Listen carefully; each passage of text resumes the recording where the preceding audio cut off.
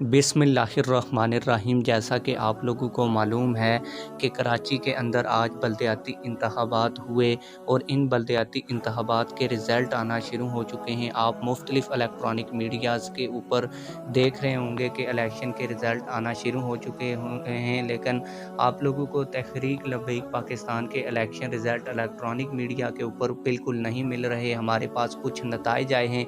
इनके मुताबिक तहरीक लब्बैक पाकिस्तान ने एक बड़ी तादाद में कराची से सीटें जीती हैं। मुकम्मल रिज़ल्ट आप लोगों के साथ शेयर करूंगा, लेकिन वीडियो शुरू करने से पहले आप लोगों से एक छोटी सी रिक्वेस्ट भी करूंगा कि अगर आपने अभी तक हमारे इस चैनल को सब्सक्राइब नहीं किया तो जल्दी से चैनल को सब्सक्राइब कर लें, ताकि आने वाली नई वीडियोज़ आप लोगों को बार वक्त मिलती रहें। आप लोगों के साथ ये जो रिज़ल्ट शेयर करूँगा ये इलेक्शन कमीशन ऑफ पाकिस्तान की वेबसाइट से लिया गया है।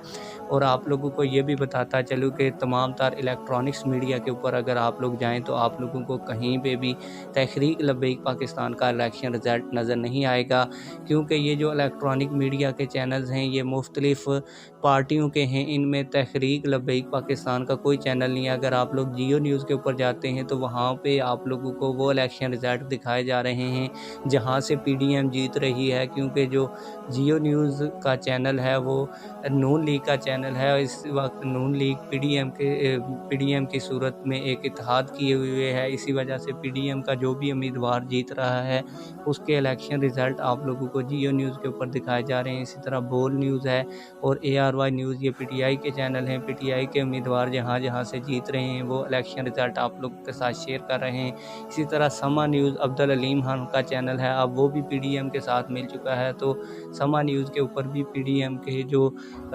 उम्मीदवार जीत रहे हैं वही इलेक्शन रिज़ल्ट शेयर किए जा रहे हैं। अब मैं आप लोगों को बता दूं कि इलेक्शन कमीशन ऑफ पाकिस्तान की वेबसाइट के मुताबिक इस वक्त पीपल्स पार्टी सबसे आगे है और पीपल्स पार्टी ने 10 सीटें जीत ली हैं।